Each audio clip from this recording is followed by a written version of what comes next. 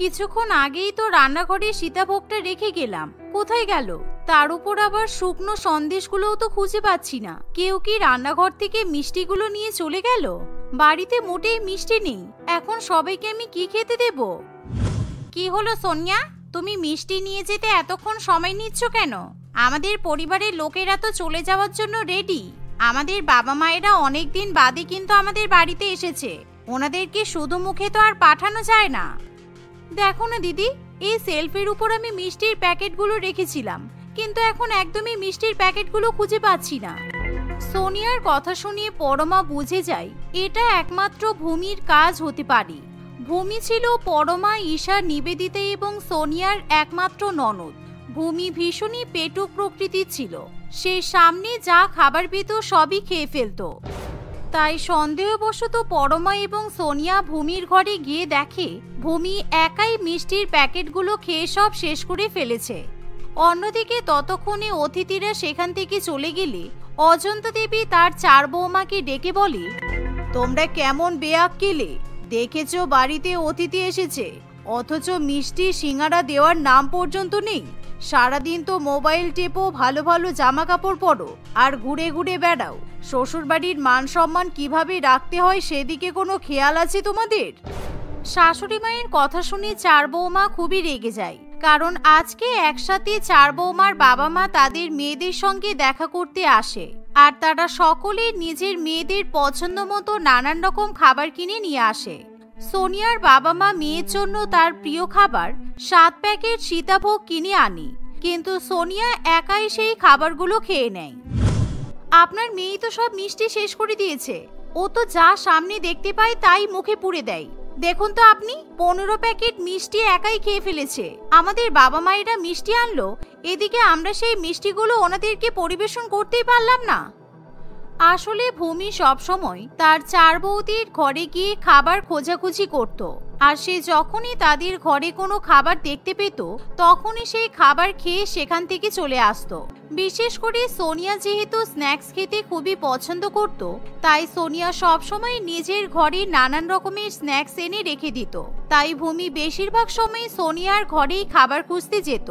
আর ভূমির এরকম স্বভাবের জন্য তার 4 বৌদি মোটেই তাকে পছন্দ করতে পারত না। তবে অজন্তা দেবী যেহেতু তার মেয়েকে খুবই ভালোবাসতো, তাই সে সবসময় তার মেয়েকে প্রশ্রয় দিত। তোমরা বাড়িতে খেতে পাওনি বলে আমার মেয়েকে যা তা একদম বলবে না। আমার মেয়ের যখন যা ইচ্ছা হবে তাই খাবে। একটু মিষ্টি খেয়েছি তাতে কি এমন হয়েছে? তোমরা বাজার থেকেও তো মিষ্টি এনে অতিথিদের দিতে পারতে। আপনার মেয়েকে দেখলেই বোঝা যায় আপনার মেয়ে খেতে পায় না, নাকি আমরা খেতে পাইনি। যতদিন না আপনার মেয়ের বিয়ে হচ্ছে ততদিন মনে হয় না আমাদের মুখে ভালো কোনো খাবার জুটবে। এভাবেই দেখতে দেখতে কয়েকদিন কাটে, কিন্তু ভূমি প্রত্যেক দিনই তার 4 বৌদির ঘরে কি কি খাবার আছে সেগুলো দেখার অভিযান চালিয়ে যায়। সে প্রত্যেক দিনই 4 বৌদির ঘর থেকে কখনো ভেজ প্যাটিস, কখনো চিকেন পিৎজা, মোমো, বার্গার ইত্যাদি খাবার উদ্ধার করে নিয়ে আসে, আর নিজের ঘরে বসে বসে লুকিয়ে লুকিয়ে খাবারগুলো খেয়ে নেয়। বৌদিরা ভেবেছিল আমার জন্য ফ্রিজে খাবার না রেখে নিজেদের ঘরে খাবারগুলো লুকিয়ে রাখবে, আর আমি কিছু খুঁজেও পাবো না। কিন্তু তোমরা যদি ডালে ডালে চলো, আমি চলি পাতায় পাতায়। তোমরা পাতালেও খাবার লুকিয়ে রাখলে আমি সেখান থেকে খুঁজে বার করে আনবো। হে হে। এভাবেই ভূমি প্রত্যেক দিনই তার 4 বৌদিকে বিরক্ত করে থাকে। একদিন, এই অনন্ত, তুমি তোমার বোনকে কিছু বলতে পারো না? আমি কালকে ভেজ প্যাটিস বাছিয়ে রাখলাম আজকে খাবো বলে, এখন দেখছি তোমার বোন সেটাও গিলে নিয়েছে। তোমার বোনের জ্বালাই তো ফ্রিজে একটা খাবার রেখে উপায় নেই, এখন তো ঘরেও খাবার রেখে শান্তি পাচ্ছি না। একটা ভেজ প্যাটিস নিয়ে এরকম ছেলে মানুষ করার কি আছে? আমি তোমাকে আজকেই 10খানা ভেজ প্যাটিস এনে দেবো। আমার বোনকে নিয়ে তোমাদের এত সমস্যা? আমার বোনের একটু খেতে ইচ্ছে করলে ও খাবে না? একটু খাবে? দিন দিন একটা ছোট হাতি তৈরি হচ্ছে, পরে বুঝবে ঠেলা কাকে বলে। অন্যদিকে সোনিয়ার ঘর থেকে তার দামি দামি চিপস, স্ন্যাক্সের প্যাকেট, মাঞ্চ, কিটক্যাট, দামি দামি বিস্কুট, চকলেট আরও অনেক কিছু চুরি হয়ে যায়, যার ফলে সোনিয়াও সবসময় তার ননদের উপর রেগে থাকে। একদিন সোনিয়া যখন নিজের জন্য স্ন্যাক্স কিনতে যাবে তখন, সোনিয়া তুমি কোথায় যাচ্ছ? আমি ভাবছিলাম আজকে ভেজ প্যাটিস খাবো, চলো আমিও তোমার সঙ্গে যাই। কারণ বাড়িতে ভেজ প্যাটিস কিনে নিয়ে আসলে আমাদের পেটে কিছুই পড়বে না, সব আমাদের পেটুক ননদের পেটে যাবে। আমারও তো একই অবস্থা। আমি স্ন্যাক্স কিনতে যাচ্ছি, 1 সপ্তাহ আগে কত স্ন্যাক্স কিনে এনেছিলাম, এখন দেখো ঘরে একটা কোনো খাবার নেই, সব চপাট করে দিয়েছে। এমন সময় বাকি 2 বৌমাও তাদের সঙ্গে বাজারে যাবে বলে ঠিক করে। 4 বৌমা যখন একসঙ্গে বাড়ি থেকে বেরোবে তখনই অজন্তা দেবী বলে, তোমরা 4 জনে দল বেঁধে যখন বাইরে বেরোচ্ছ তখন সংসারের মাসকাবারি বাজার আর এই লিস্টে যা যা লেখা আছে সবকিছু কিনে আনবে। দেখো বেশি টাকা পয়সা খরচা করো না, কিন্তু আমি গুনে গুনে সবার কাছ থেকে হিসাব নেব। এমন সময় ভূমি যখন তার 4 বৌদিকে বাড়ি থেকে বেরোতে দেখে তখন সে মনে করে তার বৌদিরা হয়তো রেস্টুরেন্টে ভালো ভালো খাবার খেতে যাচ্ছে, তাই ভূমিও তার 4 বৌদির পেছন পেছন শপিং মলে গিয়ে পৌঁছায়। শপিং মলে গিয়ে সোনিয়া নিজের জন্য নানান রকম খাবার দেখতে শুরু করে। অন্যদিকে তার 4 বৌদি চাল ডাল তেল এবং অন্যান্য মশলাপাতি দেখতে থাকে। এমন সময় ভূমি কতগুলো 600 টাকা দামের চিপসের প্যাকেট হাতে করে নিয়ে আসে। বৌদি, আমাকে এই চিপসগুলো কিনে দাও না। এই চোকোপাই, রেডিমেড রসগোল্লা, গোলাপ জামুন, এখানে যা যা রাখা আছে সব আমাকে কিনে দাও। তোমরা চাইলে আমাকে আরো অনেক কিছু কিনে দিতে পারো, আমার খুব খিদে পেয়েছে। ভূমি, তুমি তো খুব ভালো করেই জানো আমরা মাসকাবারি বাজার তুলতে এসেছি। মা আমাদের মাসকাবারি বাজার করা ছাড়া একটাও বেশি টাকা দেয়নি, তাই আমরা তোমাকে কোনো খাবার কিনে দিতে পারবো না। তুমি পরে মায়ের কাছ থেকে টাকা নিয়ে তোমার পছন্দ মতো খাবার কিনে খেও। এই কথা শুনে ভূমি খুবই রেগে যায়, তাই সে তখনই শপিং মলে রাখা সমস্ত স্ন্যাক্সের প্যাকেটগুলো ছিঁড়ে ফেলতে শুরু করে। শুধু তাই নয়, সেখানে রাখা অন্যান্য খাবারগুলো সে ছুঁড়ে ছুঁড়ে ফেলে দেয়, যা দেখে শপিং মলের ম্যানেজার ভীষণ পরিমাণে রেগে গিয়ে বলে, আপনারা এতগুলো স্ন্যাক্সের প্যাকেট ছেড়েছেন, আপনাদের কিন্তু এই সমস্ত স্ন্যাক্সগুলো নিজেদের কিনতে হবে। তার সঙ্গে আমাদের সেলফ থেকে আমাদের খাবার দাবারের প্যাকেটগুলো ছুঁড়ে ফেলে দিয়ে যা ক্ষতি করেছেন তার জন্য কিন্তু 5,000 টাকা এক্সট্রা ফাইন দিতে হবে, বুঝেছেন? এমন কথা শুনে 4 বউ বড্ড বিপদে পড়ে, কিন্তু ভূমির কিছু যায় আসে না। ভূমি তখন সেই ছেঁড়া প্যাকেটগুলো থেকে স্ন্যাক্স খেতে শুরু করে। অন্যদিকে শাশুড়ি মায়ের দেওয়া টাকা দিয়ে 4 বউ ফাইনের টাকা মেটাতে পারে না, তাই বাধ্য হয়ে পরমা নিজের অ্যাকাউন্ট থেকে টাকা তুলে শপিং মলে মিটিয়ে দেয়। কিন্তু তারা সেদিন খালি হাতে বাড়িতে ফিরে আসে। তোমরা এবার বলো না যে ভূমির জন্য খাবার কিনতে গিয়ে তোমাদের সব টাকা শেষ হয়ে গেছে। আরে বাবা, নিজেরাও তো টাকা পয়সা দিয়ে চাল ডাল কিনে নিয়ে আসতে পারতে, সংসারে তো তোমাদেরও টাকা পয়সা দেওয়া উচিত। এভাবে শাশুড়ি মা 4 বৌমাকেই বকাবকি করতে থাকে। কিন্তু এমন সময় বাড়ির ছেলেরা বিরিয়ানি, পোলাও, চিকেন কষা এবং আরো নানান রকম খাবার কিনে বাড়িতে ফেরে। ফলে 4 বউ তখনকার মতো আর কোনো ঝগড়া করে না। তারা তখনই সবাইকে খাবার পরিবেশন করতে শুরু করে। ও বৌদি, আমাকে এত কম করে বিরিয়ানি দিয়েছো কেন? আমি তো তোমাদের থেকে একটু স্ন্যাক্স কিনতে চেয়েছি, তাতেই তোমরা আমার সঙ্গে এরকম ব্যবহার করবে? আমি তো তোমাদের একটাই ননদ, বলো। কয়েকদিন বাদে শ্বশুর বাড়িতে চলে যাব, আমাকে একটু বেশি করে খেতে দিলে তোমাদের কি ক্ষতি হবে বলো? এই কথা শুনে 4 বউ খুবই রেগে যায়, তাই তারা নিজেদের ভাগে সমস্ত খাবার ভূমির পাতে ঢেলে দেয়। এভাবে প্রত্যেক দিনই ভূমি তার 4 বৌদির সঙ্গে খাবার দাবার নিয়ে সবসময় ঝামেলা করে, যার ফলে 4 বউ কখনোই শান্তিতে খাবার খেতে পারে না। না, আমি আর থাকতে পারছি না। এভাবে চলতে থাকলে আমরা তো না খেতে পেয়ে মরে যাব। জেলখানার কয়েদিরাও মনে হয় আমাদের থেকে বেশি খাবার খেতে পায়। সামান্য একটা খাবার খেতে যাব, তার আগে আমাদের ননদ এসে খাবারটা ছো মেরে তুলে নিয়ে পালায়। তার উপর আমাদের বরেরা, আমাদের শাশুড়ি মা আমাদেরকে সবসময় কথা শোনায় আমরা নাকি আমাদের ননদকে ঠিকমতো খেতে দিই না। আমরা যদি ননদকে ঠিকমতো খেতেই না দিতাম তাহলে আর ননদের তো হাতির মতো চেহারা হতো না। আমার মনে হয় এবার আমাদের ভূমির বিয়ের ব্যবস্থা করা দরকার। ভূমির একবার বিয়ে ঠিক হয়ে গেলেই আমরা ভূমির অত্যাচারের হাত থেকে রেহাই পাবো। তবে আমরা 4 জনের শাশুড়ি মাকে ভূমির বিয়ের কথা একদমই বলতে পারবো না, তাই আমাদের অন্য কাউকে দিয়ে ভূমির বিয়ের কথা বলাতে হবে। এভাবে 4 বউ মিলে তাদের ননদের বিয়ের ব্যবস্থা করতে শুরু করে। তারা তাদের প্রতিবেশী শর্মা দেবীকে নিজেদের প্ল্যানের কথা জানায়। শর্মা দেবীও তাদের সাহায্য করতে রাজি হয়ে যায়। সেদিনই শর্মা দেবী অজন্তা দেবীর বাড়িতে এসে বলে, কিরে অজন্তা, তোর মেয়ের বিয়ে টিয়ে দিবি না নাকি? দিন দিন তো তোর মেয়ে যা মোটা হচ্ছে, আমার মনে হয় না তোর মেয়েকে কেউ আর বিয়ে করবে বলে।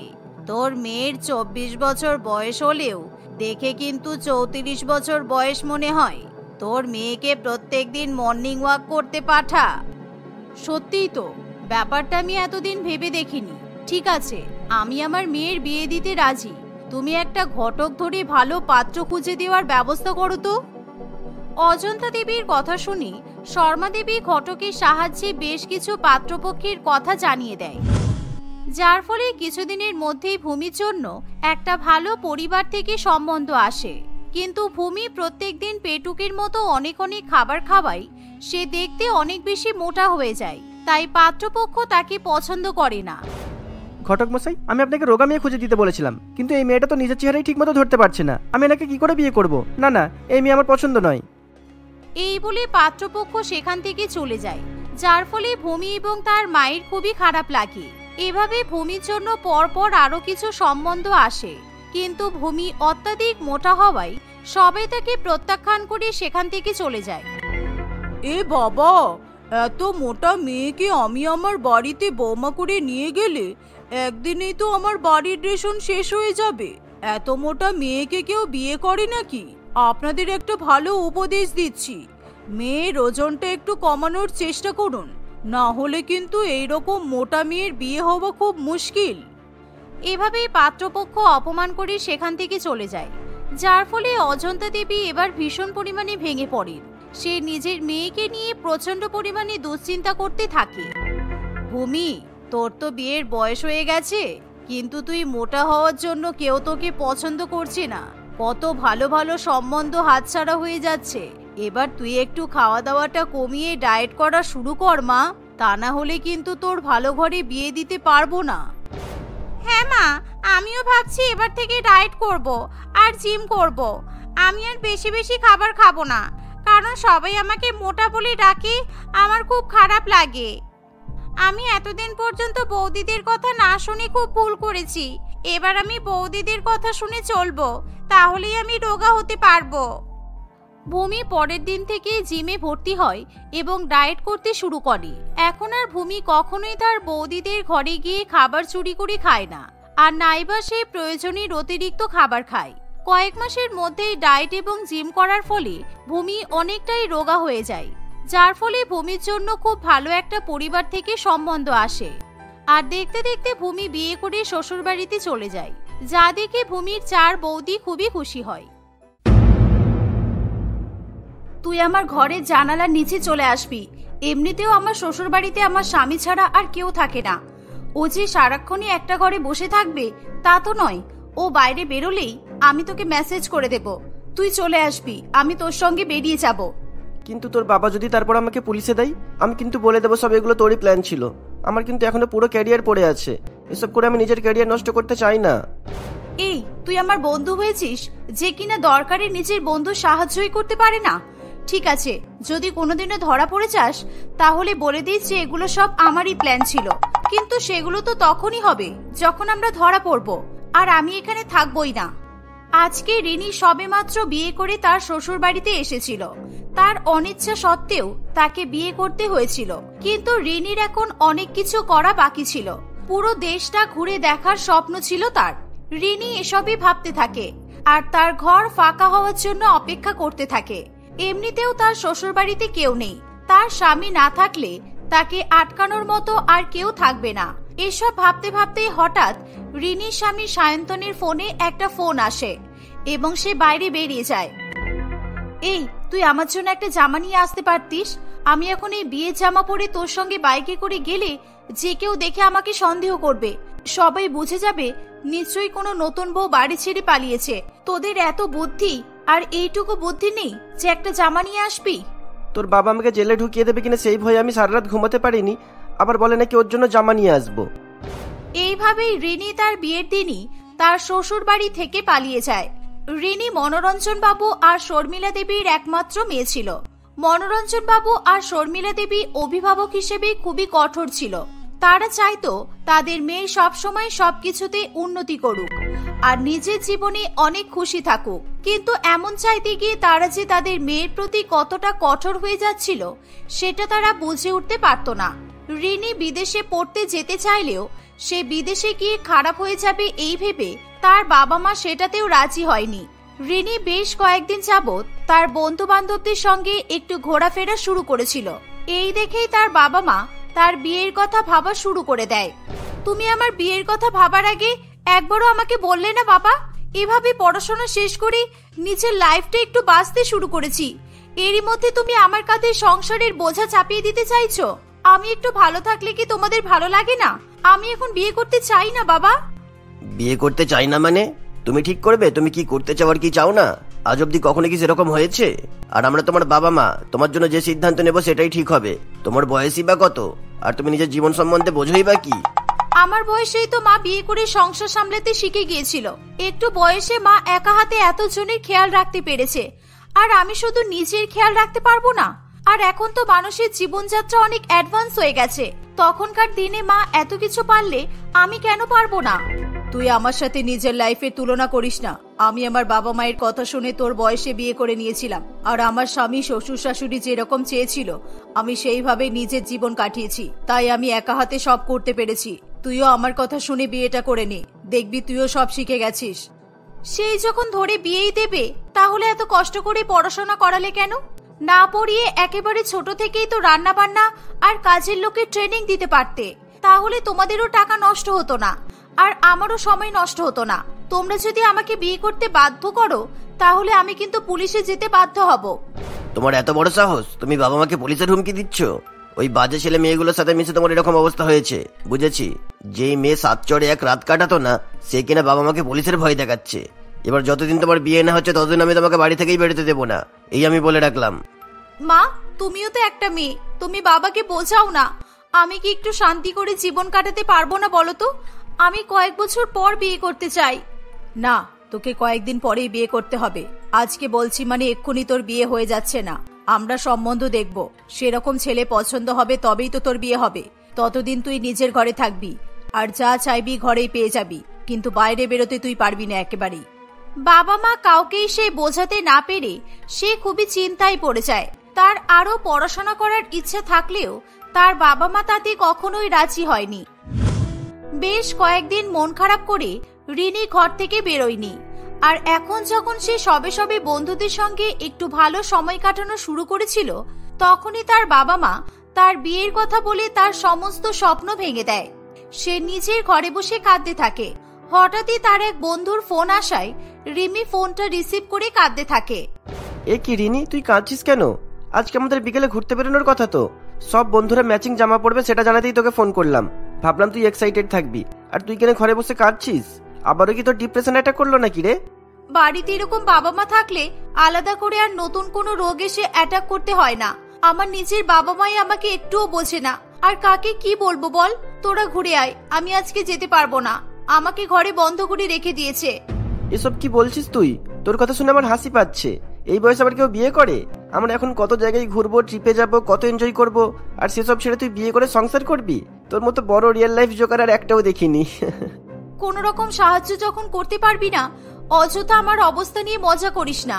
আমার মতো বাবা মা যদি তোদের থাকতো তাহলে বুঝতে পারতিস। তোদের বাবা মা তো কত কুল, তোরা যখন যেটা চাস সেটাই করতে দেয়। শোন, কারোর বাবা মাই না প্রথম থেকে এত কুল হয় না, ওদেরকে এরকম কুল বানিয়ে নিতে হয়। আর কুল বানানোর জন্য ফুলও বানাতে লাগে, সেগুলো তোর এখনো শিখতে লাগবে। যাই হোক, বাদ দে সব। বিকেলে আজকে সবাই মিলে তোর বাড়িতে আসবো, দেখি তোকে কেমন আমাদের সাথে না ছাড়ে। প্রিয়মের কথা শুনে রিনি খুবই খুশি হয়ে যায়। সে বিকেল বেলা তার বন্ধুদের আসার জন্য অপেক্ষা করতে থাকে। তার বন্ধুরা বাড়িতে আসলে মনোরঞ্জন বাবু এবং শর্মিলা দেবী কেউই রিনিকে তাদের সঙ্গে ছেড়ে দিতে রাজি হয় না। আমি তো রিনির কাছে শুনলাম কয়েকদিন পরে আপনারা নাকি ওর বিয়ে দিয়ে দেবেন। একজন সাবালিকা মেয়ের ইচ্ছার বিরুদ্ধে তার বিয়ে দেওয়াটা কিন্তু দণ্ডনীয় অপরাধ। কিন্তু আমরাই বা কি করতে পারি বলুন?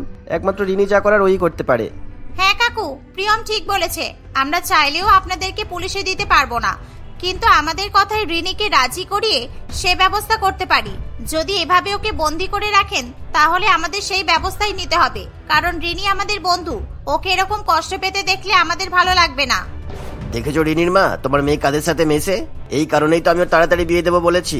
এসব ছেলে মেয়েদের সাথে মিশলে আমাদের মেয়ে এরকমই হয়ে যাবে। এরা আবার আমার বাড়িতে এসে আমাকে ধমকি দিচ্ছে। কোথাও ছাড়বো না আমার মেয়েকে, তোমরা এখন আসতে পারো। দেখে নিন কাকু কি করবেন। বাই দ্য ওয়ে, আমার বাবা হাইকোর্টের জাজ, আগেই বলে দিলাম। আমার নামে কেস করে আপনি কিছুই করতে পারবেন না। আমি বাবার কাছে নালিশ করে আপনারা অনেক কিছুই করতে পারি। প্রিয়মের কথা শুনে ভয় পেয়ে যায় শর্মিলা দেবী। এসব ঝামেলা এড়িয়ে চলার জন্য তারা রিমিকে বাইরে বেরোনোর অনুমতি দিতে বাধ্য হয়। রিনিও তার বন্ধুদের সঙ্গে বাইরে বেরিয়ে খুবই খুশি হয়। এইভাবেই দিনের পর দিন রিমিকে তার বন্ধুরা তার বাড়ি থেকে নিতে আসে এবং তারা সবাই মিলে ঘুরতে চলে যায়। এরকম উচ্ছৃঙ্খল জীবন মনোরঞ্জন বাবু আর শর্মিলা দেবীর পছন্দ হয় না। তাই মনোরঞ্জন বাবুর কলিগের ছেলে সায়ন্তনের সঙ্গে তারা রিনির বিয়ে ঠিক করে দেয়। সায়ন্তনের বাবা মা কয়েক বছর আগেই গত হয়েছে, তাই বিয়ে করে তার সংসার ভরিয়ে তোলার জন্য সেও বেশ আগ্রহী ছিল। আমার বাড়িতে তো কেউ নেই, আমার বিয়েতে বরযাত্রী হিসেবে আসার মতো লোকও খুব একটা কেউ নেই, তাই আমি বলবো আপনারাও বিয়েতে বেশি খরচা করবেন না, বরং হাসি মনে আপনার মেয়েকে আমার সাথে পাঠিয়ে দেবেন, এটাই যথেষ্ট হবে। আমি নিজে একা থাকলেও আপনার মেয়ের দেখভালে কোনো ত্রুটি রাখবো না। সায়ন্তনের কথায় মনোরঞ্জন বাবু এবং শর্মিলা দেবী দুজনেই মুগ্ধ হয়ে যায়। তারা কোনো রকম আড়ম্বর ছাড়াই বিয়ে দিতে প্রস্তুত হয়ে যায়। ওপরওয়ালা আমাদের উপর মুখ তুলে চেয়েছে, না হলে এমন ভালো পাত্র পাওয়া যায় বলতো? নিজে থেকেই বলল বিয়েতে কোনো আড়ম্বর করতে হবে না। বেশি লোকজন জানাজানি হলে আমাদের মেয়ের সব বন্ধুরা এসে আবার বিয়েতে বাধা দেওয়ার চেষ্টা করতে পারে, কিন্তু এখন আর সেই সুযোগ থাকবে না। হ্যাঁ, কিন্তু এই কয়েকদিন তোমার মেয়ের কাছ থেকে ফোনটা নিয়ে নিতে হবে, যাতে ও বিয়ের আগে ওর বন্ধু বান্ধবকে কিছু জানাতে না পারে। বিয়ে হয়ে যাবে, তারপর ওর সব জিনিস আবার ওকে ফেরত দেওয়া হবে। এমন না করলে আমার মেয়ের জীবনটা বরবাদ হয়ে যাবে। তারা দুজনে মিলে রিনির মোবাইল, ল্যাপটপ সমস্ত কিছু নিয়ে নেয়, যাতে সে কোনোভাবেই তার বন্ধুদের সঙ্গে যোগাযোগ করতে না পারে। তার বন্ধুরা তার বাড়িতে খুঁজতে এলেও রিনি মামার বাড়িতে ঘুরতে গেছে এমন মিথ্যা কথা বলে মনোরঞ্জন বাবু তাদেরকে বাড়ি থেকে পাঠিয়ে দেয়। এইভাবেই বেশ কয়েকদিন কাটে। একদিন হঠাৎ করেই কোনো রকম আড়ম্বর ছাড়াই খুবই সাধারণভাবে রিনি এবং সায়ন্তনীর বিয়ে হয়ে যায়। বিয়ের পরে রিনি তার মোবাইল হাতে পেলে তার বন্ধুদেরকে সবকিছু জানায়। সেই সঙ্গে সে শ্বশুর বাড়ি থেকে পালিয়ে যাওয়ার প্ল্যান করে। অন্যদিকে রিনিকে বাড়িতে নিয়ে এসে সায়ন্তন রিনির সঙ্গে নানান রকম কথা বলতে থাকে। আমার বাবা মা চলে যাওয়ার পর থেকে এত বড় বাড়িতে এতদিন ধরে আমি একাই থেকেছি, তাই জন্যই বাড়ির এমন অবস্থা, ঠিক করে গোছানো হয়নি। তুমি তো এসে গেছো, আর এটা তো তোমারই বাড়ি, তুমি নিজের ইচ্ছে মতো এটাকে সাজিয়ে গুছিয়ে নিও, কেমন? বাবা, এই ছেলেটা কি বাজে বকছে? বউ এনেছে নাকি কাজের মাসি এনেছে বোঝার উপায় নেই। বাড়িতে এসে বুঝতে পারলাম না, অমনি ঘর গোছানোর আদেশ দিয়ে দিল। আমার বাবা মা আমার জন্য এরকমই ছেলে খুঁজবে সেটা আমি ভালো করেই জানতাম, তাই জন্যই তো আমি পালিয়ে যাব। জানো আমি বাড়ির খাবার কত মিস করি। মা চলে যাওয়ার পর থেকে আমাকে বাইরেই খেতে হয়, আমি তো রান্না করতেও পারি না, আর অফিসের কাজের চাপে কখনো সেভাবে রান্না শেখাও হয়নি। তুমি এসে গেছো যখন, আমি এবার মন আর পেট দুটো ভরেই খেতে পারবো। আমি জানতাম আমার বাবার পছন্দ এমনই হবে। একটু আগে ঘর গোছাতে বলল, এখন রান্না করতে বলছে।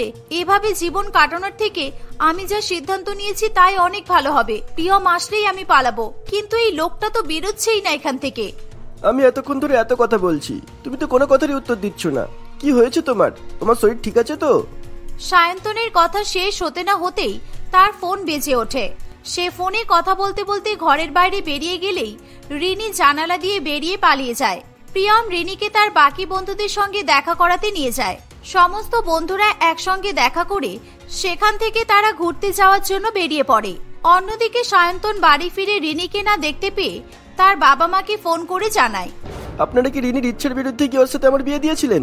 এরকম কেন করলেন বলুন তো? ও বিয়ের প্রথম দিনেই চলে গেল, সাথে সাথে আমার মান সম্মান ইজ্জত সবকিছু ধুলায় মিশিয়ে দিল। কাল আমি আমার বন্ধু বান্ধব পাড়া প্রতিবেশীদের সাথে দেখা হলে তাদের কি উত্তর দেবো বলুন?